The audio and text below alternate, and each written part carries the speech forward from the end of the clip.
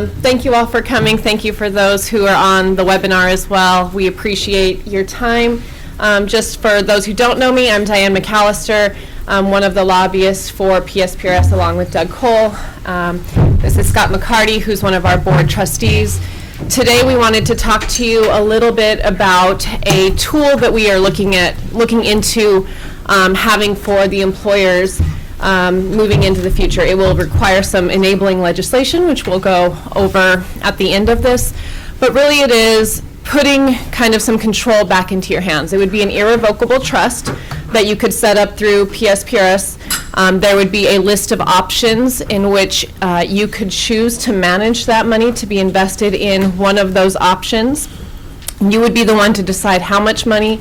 Once you had decided to move into one of these irrevocable trusts, you would also be the one to dictate when that money would leave the Section 115 trust account and be moved into the underlying PSPRS account for the employer to help pay down that unfunded liability. The reason that we're looking at doing this is we know that employers do have some limited investing options, but they're limited to 5 years. And this would give a little bit broader option for you to do with a little bit higher returns, but still be a little bit more in control of the employer's hands instead of it just going to the underlying fund and being invested in the delegation that we currently do, or the separation that we currently do.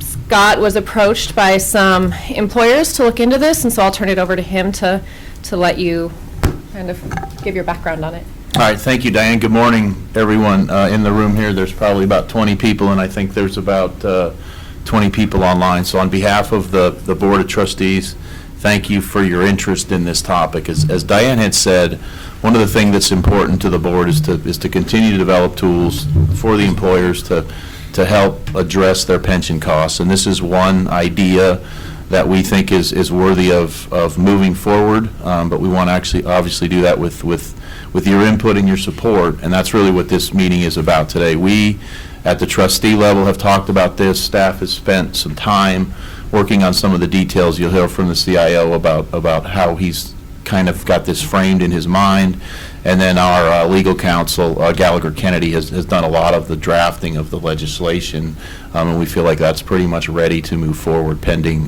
this vetting process. So, again, thank you for your willingness to be here and help us perfect this legislation as we move it forward.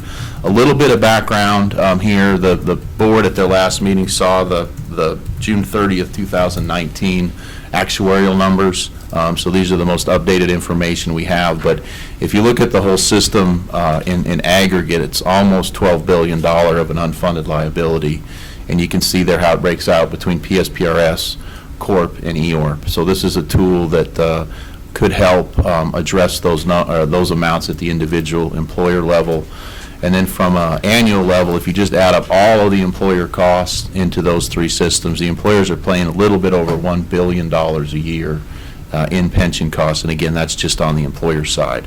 So as I alluded to earlier, the directive of the board is to keep generating these tools, look at these tools, what's going on in other parts of the country, what can we do here to help the employers address increasing costs. And that was really the genesis of where this particular idea has come from. If you kind of break it down into its simple pieces, there's two ways historically that this state has looked at paying for pension costs, and what we're doing here is introducing a third. So you can pay as you go, whatever you budget on an annual basis is the pay as you go. There are several cities over the last couple years that have created internal reserves. Those are internal reserves that have been adopted by their legislative body that says, we will set aside $5 million internally for PSPRS unfunded liabilities.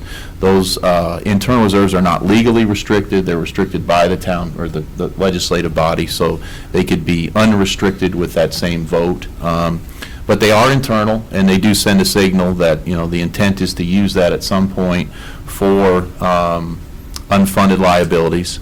But the third one that we're talking about is much more of a legal declaration that you have an intention to set aside money, and the term is pension stabilization trust. That's what we've used as we've drafted the legislation, and that's what we're going to talk more about today. So it has much more legal teeth, if you will. As Diane said, it's an irrevocable trust than a internal reserve. So again, trying to continue to develop these tools. So what exactly is a pension stabilization trust? Again, it's voluntary. It's at the discretion of the employer. Under IRS Code Section 115, it's an irrevocable trust, meaning once it goes into that trust account, the only place it can go is to your PSPRS plan. So if you have a PSPR fire plan or a police plan, that's the only place it can go. It can't go back to your general fund or any other place. And exactly. So it's often referred to just as a Section 115 trust. And ironically enough, the cancer insurance program that the system operates is a Section 115 trust. So we have experience with this concept. We're just now applying it to the pension costs, not just the fire cancer or the cancer insurance program. And it was originally back several years ago. It was originally created just to fund other post-employment benefits, such as health care. Probably 3, 5, 7 years ago, especially in the state of California with all the pension costs that they're dealing with, they went through the process of transitioning this from OPEB use to using it for pension costs. So two of the entities that we've worked with and talked to along the way of doing our background work, CalPERS, which is the biggest DB plan in the country, and then the Community College League of California, is extensively using Section 115 trusts at the local level to do exactly what we'd like to have the ability to do here. So there is some precedent out there. This isn't quite across the country yet, but I think if you look at California, I think it's safe to say it's pretty prevalent in terms of what some of those employers are using over there to deal with their pension costs. So here's reasons you could use one or why they would be beneficial to you. And the sort of the beauty of this concept is it depends what your objective is, why it could be beneficial to you. And then we've just listed 5 advantages here. The first has to do with local control. So as Diane talked about, the employer controls when the money goes in the trust, when the money comes out of the trust to your PSPRS plan, and ultimately, and Mark, the CIO, will talk about this, whatever your investment risk tolerance is now. So if you think of it compared to the current system, you're putting your money into the system, and the Board of Trustees are making decisions about the risk of that money that's in the system.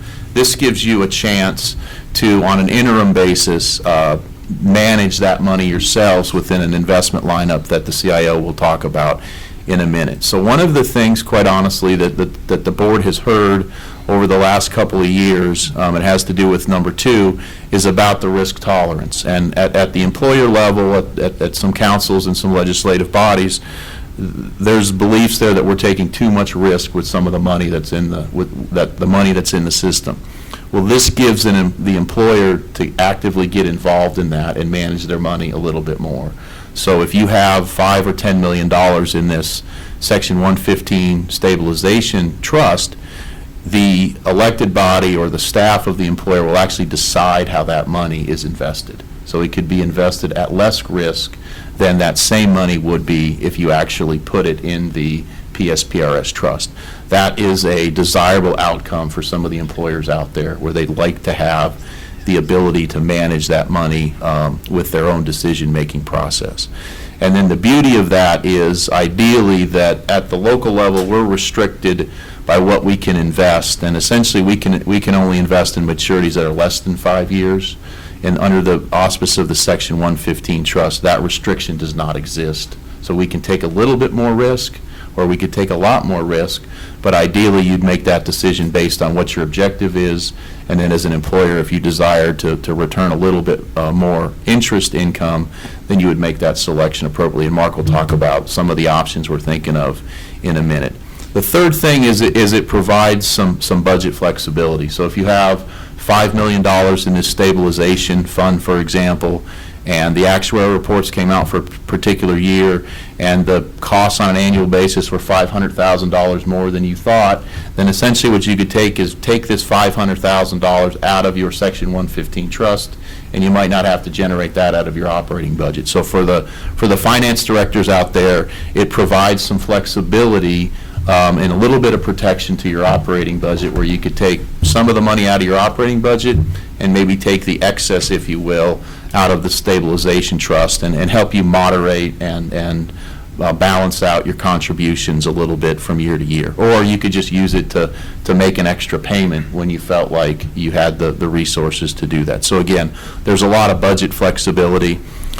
From number 4, it's really protection from diversion. As I said earlier, once it goes in there, it's sort of in a lockbox.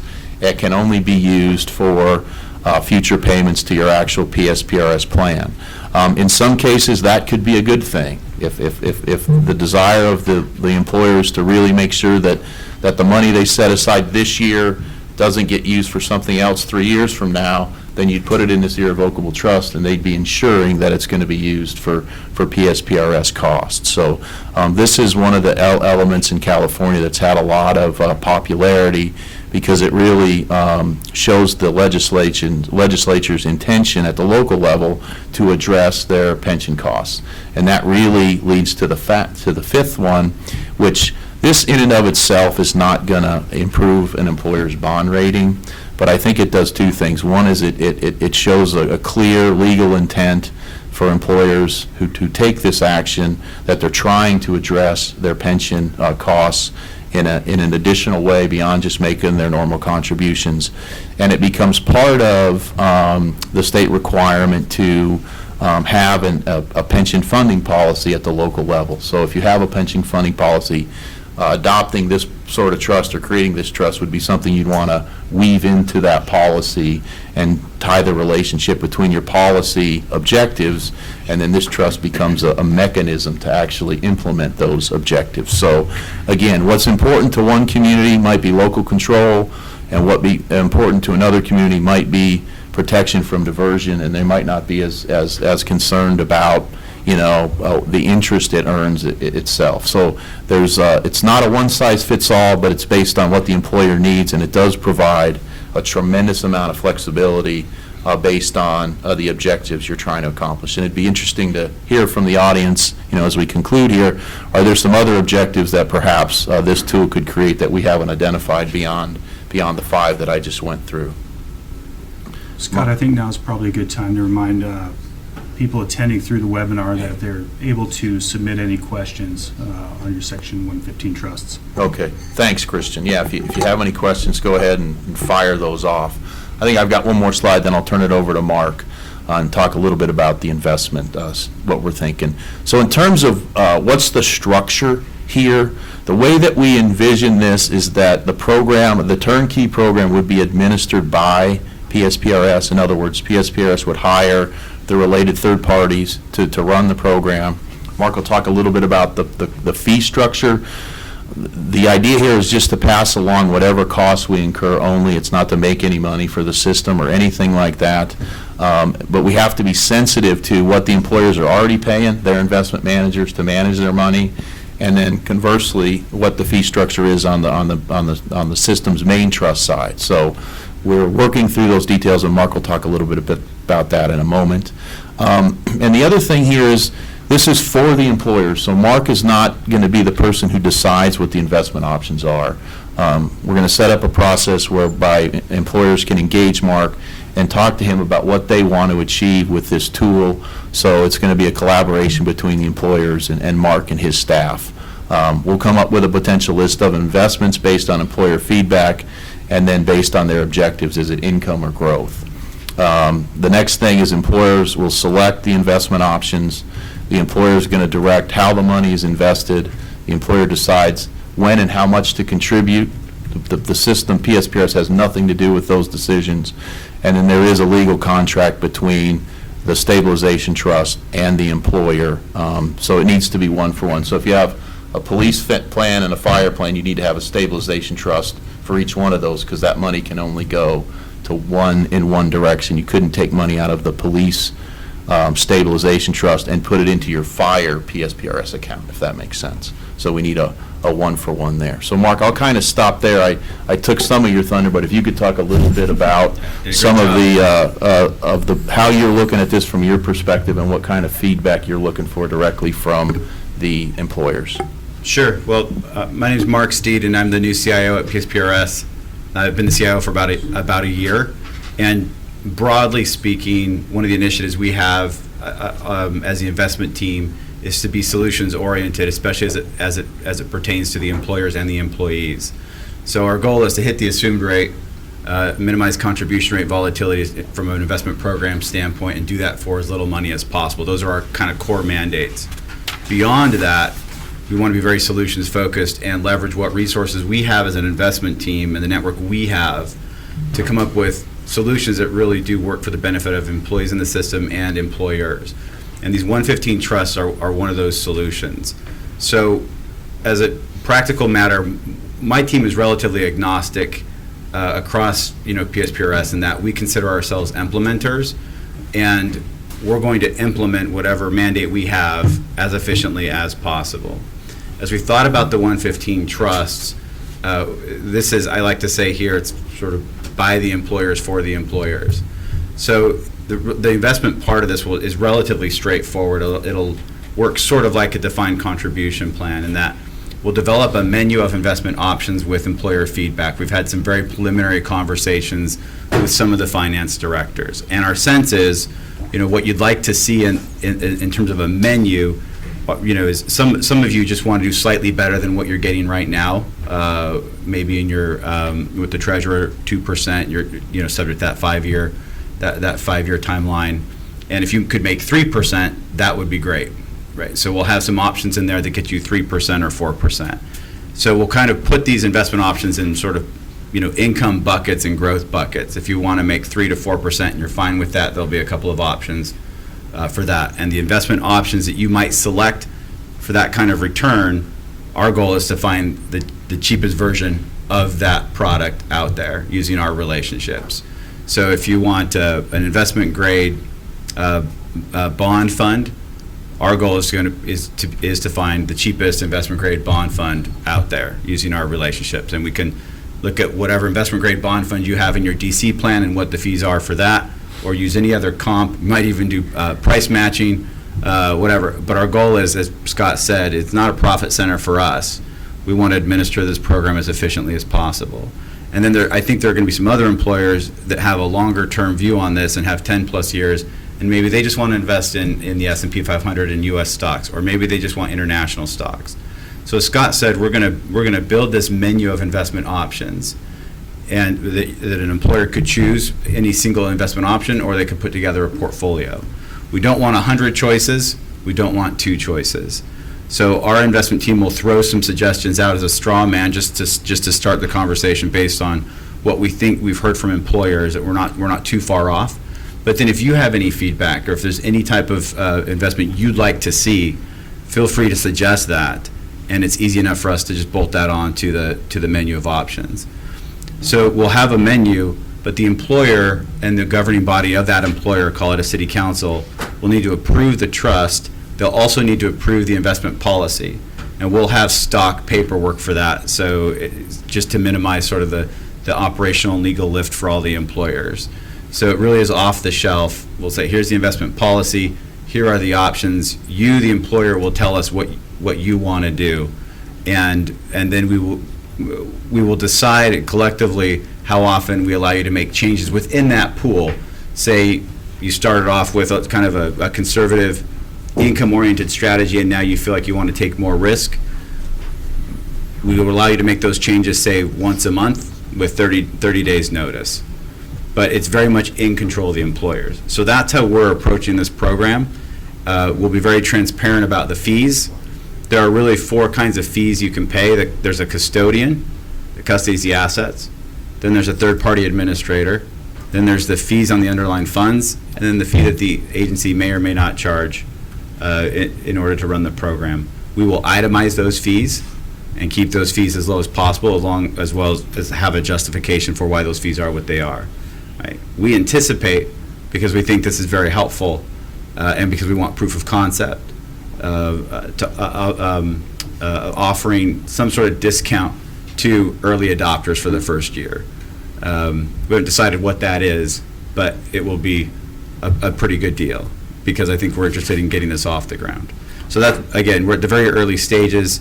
That's how we're thinking about this.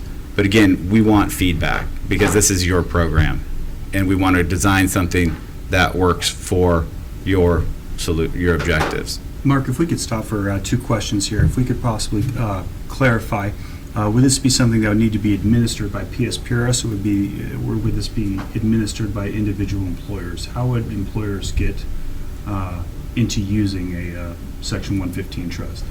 This is Scott. I'll take that question. So the way that it works is the system will create the Section 115 trust, and then there'll be a contract between the employer and the system regarding all the administrative and logistical things that Mark just talked about. So from the employer's perspective, they'll probably need to do 2 things right now as we can think of. One is enter into the contract, and then the second thing is they'll need to modify their existing investment policy to allow for investments into Section 115. So those are the 2 action steps that an employer would need to take, assuming we get the legislation passed. They'll also have to tell us who that employer's organization is authorized, to make decisions about what to do with it. So PSPRS will administer it.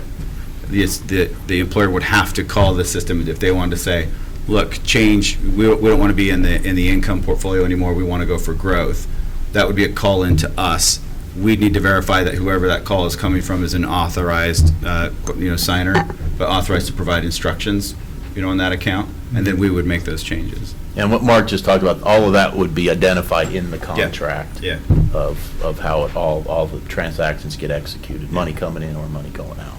Excellent. And one more question real quick here. Has PSPRS engaged with the Auditor General or any other agencies on any potential GASB implications? Yeah, that's a good question. We've done actually some pretty good due diligence on GASB, and the long story short there's the Section 115 assets would show up as an asset on the employer's financial statements, but it does not reduce the unfunded liability that is calculated or is used to calculate the actuarial evaluations. So there's a little bit of nuance. So you get the credit of the restricted money being on your financial statements in your annual CAFR, but it does not reduce your unfunded liability for the purposes of the actuarial evaluation calculation. Until the time in which you would actually direct it from the Section 115 trust to pay down your unfunded liability in your underlying trust. And that would be at the direction of the employers. Correct. Question in the back. Question over here. Does the IRS require that we have separate trusts for each plan? Terry, I'll let you answer, but Okay, basically the overall. One second. The question was, does the IRS require there to be different Section 115s for each plan? 115 trust for each plan? Yes, thank you, Diane. Yes, the IRS just looks at the overall structure of the plan. In normal operation, there's a separate account for each employer. So- And to create, in essence, a separate trust, if you will, for each. So if you had a police and fire, you'd need a separate stabilization trust for police and fire. Right. Correct. And then within that, a separate contract for each employer that participates. Okay. So yes, we've got to do that either way, 2 plans. Correct. Correct. So with that, before I turn it over to Diane to talk about the legislative approach, but as Mark talked about, we're doing this concurrently. He's working on the investment side. Terry's working on the components of the contract and all the administration that comes with that. And then concurrently, Diane will talk a little bit about the legislative approach that we intend to take. And then hopefully sometime in the spring, all these merge together and we get some successful legislation and can offer this as a product sometime as soon as the legislation takes effect. Yeah, so as I mentioned in kind of the opening statements, enabling legislation is required for us to be able to offer these options. So we are currently in the process of getting that legislation that our legal counsel had drafted in the legislative form through legislative counsel. That bill would be introduced in this upcoming legislative session and go through the normal process of the committee hearings, vetting by the legislature, stakeholder input, and which is one of the reasons that we wanted to make sure to start getting that input before as well, and then moving through and getting a final vote. Normally, legislation goes into effect 90 days after sine die, unless we were to put a different effective date on the legislation. As of this point, I don't believe we have put a different effective date on the legislation, so it would be 90 days after session got over, but maybe we would consider putting it in as of July 1, so at the beginning of the next fiscal year, we could move forward with implementing this. We are wanting to make sure to get as much feedback from the employers as possible. We've also spoke with the other stakeholders of the system, the employee representatives. That way we're covering all of our bases. They believe that it's a good idea for the employers to have more tools in their toolbox, and this would be a completely optional program. So just because PSPRS is setting this up doesn't mean an employer has to decide that they want to move forward with a Section 115 trust or a pension stabilization trust with PSPRS. We will be working through the time of the legislation to make sure that the menu of options and all of the contracts and everything were to cover all of the bases that the employers as well as the system felt were necessary, and then also work on finalizing what those fees would be as well. So we would like to consider this is a part of the process. It would be one of our bills. We are looking at having 3 to 4 bills.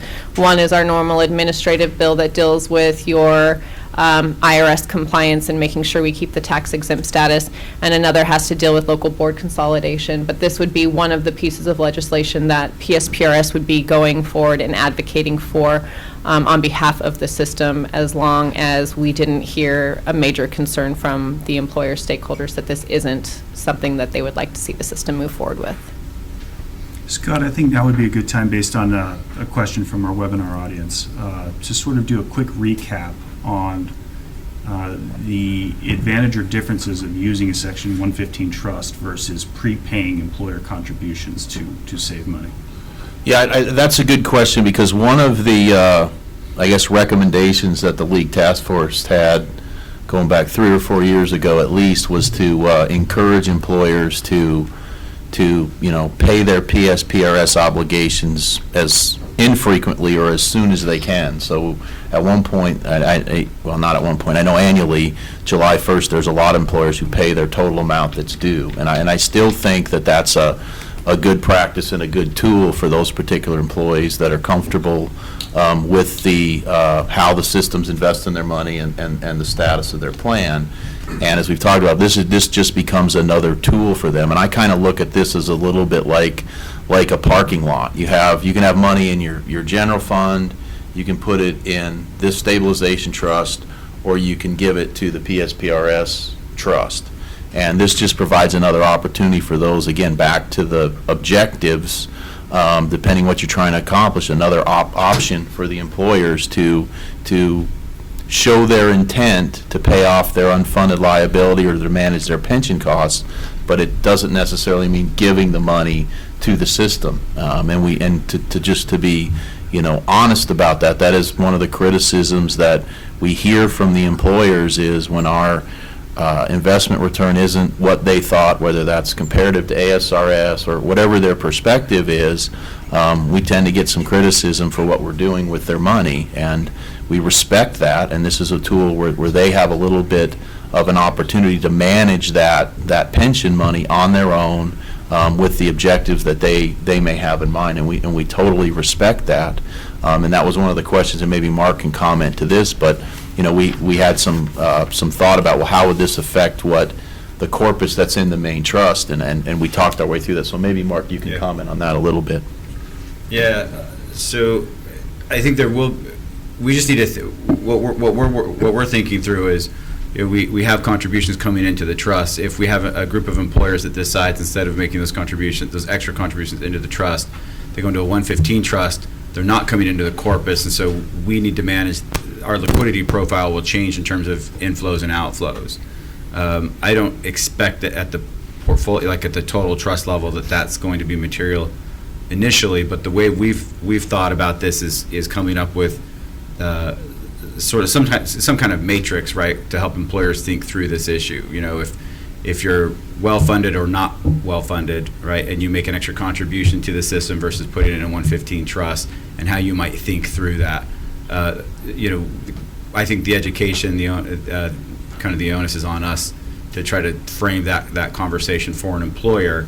It's going to, my gut tells me it's going to make sense for some and maybe not for others. If you have a huge unfunded liability, you might want to pay that down because it's accruing at 7.3%. If you just want to earn more than 2% and you want to earn 3%, and that's what you're solving for, right? You might decide on one way or the other depending on what exactly you're trying to solve for. So, because no employer is necessarily solving the same equation, I don't think there's going to be a universal optimal solution for each one of them. So as we've thought through this over the next few months, is we want to develop, a matrix that kind of, decision tree that helps the employers kind of think through what they're, what they're trying to solve for, and then maybe guiding them to the right solution based on what, their goals and objectives are. That's how we're thinking about it. Any other questions online? Oh, we do not have any other questions online at this time. Any questions from anybody in the audience or feedback for us?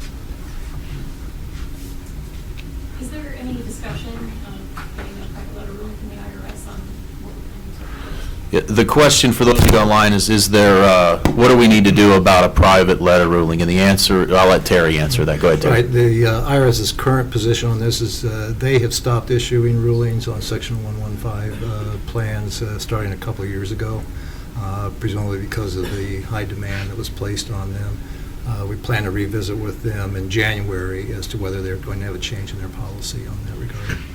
But right now, we don't believe we have to get a private letter ruling. Right, we don't believe we need one, but we will continue to monitor their situation as to whether they're open to, providing any.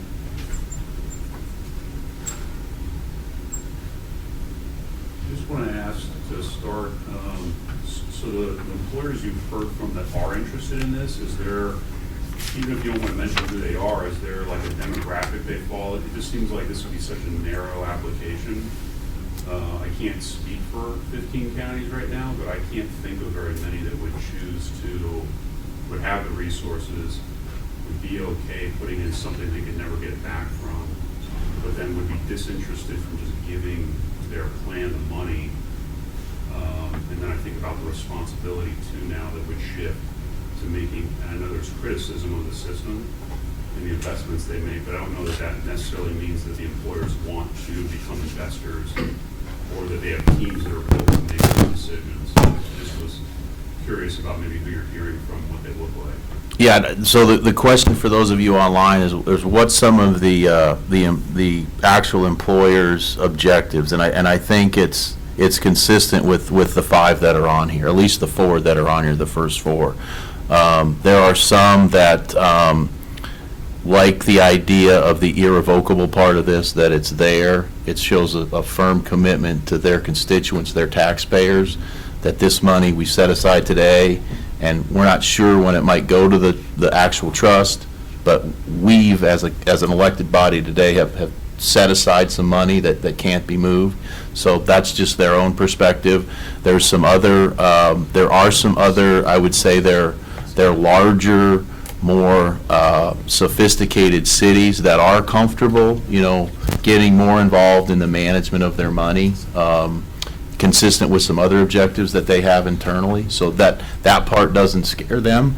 But at the same time, I would acknowledge that a lot of the smaller entities, you're right, it's one more thing that they probably don't want to do and don't have the staff to do. But again, kind of back to my point earlier, it depends what your objective is. And I think the other thing just is the issue on the investment risk tolerance, right? And where are you on your funded status? So you could have a hypothetical example where you have a city that is fully funded right now under the current assumptions, and they know if they change some of the assumptions, their unfunded liability becomes $5 million, for example, they would be interested in putting that $5 million in the trust today, earning more on that money than they could otherwise earn. And as the board changes those assumptions, they're going to use that $5 million to basically defer the impacts of that to their operating budget. So, we have 120 some odd different employers out there, if I'm guessing. So each one of those is going to be a little bit different. And as Mark said, and coming from the board's perspective, we can't individually make those decisions for them, but can we provide them another option that might help them? Can they try it for a year and don't like it? All those kinds of things from the board perspective, we're fine with that. We're fine with that. And so hopefully that kind of puts some context to your answer. Can I follow up with just then a question? If the investment options is probably the primary benefit, can that be done within the existing PSPRS plan structure without going this trust route where you're committing the money both ways, whether I put it into my PSPRS plan or into this trust, I can't get it back from either place. If really then the benefit is just, I've made the commitment already in both cases, but I have a bigger mix of investment options over here. Can you build that within the PSPRS system without having to have this intermediary? And now that has the effect of lowering your annual payment, actuarially affecting your rate, all of those things. The question for those of you online was what's the opportunity to basically accomplish this same objective where there's a little bit of self-directed management by the employer, but within the confines of the existing PSPRS trust system already. So if you have your money in a police plan, can you just, as an employer, direct some of that money within the police plan without having this Section 115? So you've hit on a topic that the board has probably raised within the last 6 months. So as background on this, the way that the current system works is all the assets are pooled, and then every plan gets a pro rata share of the investment income based on their asset balance. And so the board, trustees, myself included, have raised the issue that if you look at that on a plan-by-plan basis, is that really fair? So I've got Queen Creek Fire as a young fire department. My money's being invested exactly the same as Phoenix PD, which is a much more mature plan. Their cash flows are different. So not to be critical, but we're probably taking a little bit more risk perhaps with my money than needs to be given my unique demographics in Queen Creek. Having said that, that's how the systems historically operated, always operated, but the board has started that conversation. I will tell you, I would think to unwind that and start changing that would take a series of years to do that, but that's not to say that might be where we're headed. So having said all that, I think this becomes, again, an intermediary option for people to use, given the current rules of the road, if you will. But yeah, I think if those, how we're investing the system's money starts to change and it's more on a plan basis based on their financial condition, then this tool may not be as necessary, but I think that's a ways down the road. But you raise a very valid point, and that's part of the reason some of these employers might want to do this as the interim, as I alluded to earlier in my example. Mark, do you have any comments on that? No, yeah, I mean, that's exactly right. I mean, in fact, I think the 115 trust came out of that conversation, right, in that it's, right now the trust is probably 50% of its assets are in some type of security that's illiquid, right? And so it's, if you had 260 plans that all had separate assets, you could pull them all together and aggregate it up. But if you start from an aggregated standpoint, it's tough to then break that up because we have a toll road, and it's like, well, how do you split that interest up? Queen Creek has it, Scottsdale has it, and Scottsdale wants to sell it. It's an illiquid asset. So we have a lot of logistical problems. And there are some benefits from pooling the capital because there are opportunities available that wouldn't be if you are a smaller plan with $1 million. That said, I think the 115 trust discussion, in my mind, starts to move that direction because it puts a portion of the assets, whatever the employer wants to set aside, in their control. So if you want to take 2 or 3%, if you want low risk, low return stuff, there's an option. And if you want to take more risk than what we're doing, you can do that too, right? You guys are the lowest. You have the lowest amount of volatility of any pension plan in America, right? And that was by design because of the PBI. That's gone, so we'll be moving up. But some employers want to take more risk, right? And they just want to be 100% stocks. And this would allow them the chance to do that. So this is putting the control back in the hands of the employers. But this, like Scott said, this is a longer term discussion that can't be fixed overnight. But we think that the 115 might get you some of the way there. Thanks for that question. Any other questions or comments? Do we have anything else online? Sure, I think it would be worth clarifying which PSPRS managed retirement plan Section 115 trust would apply to. In other words, in public safety, Corp, is it available for EORP?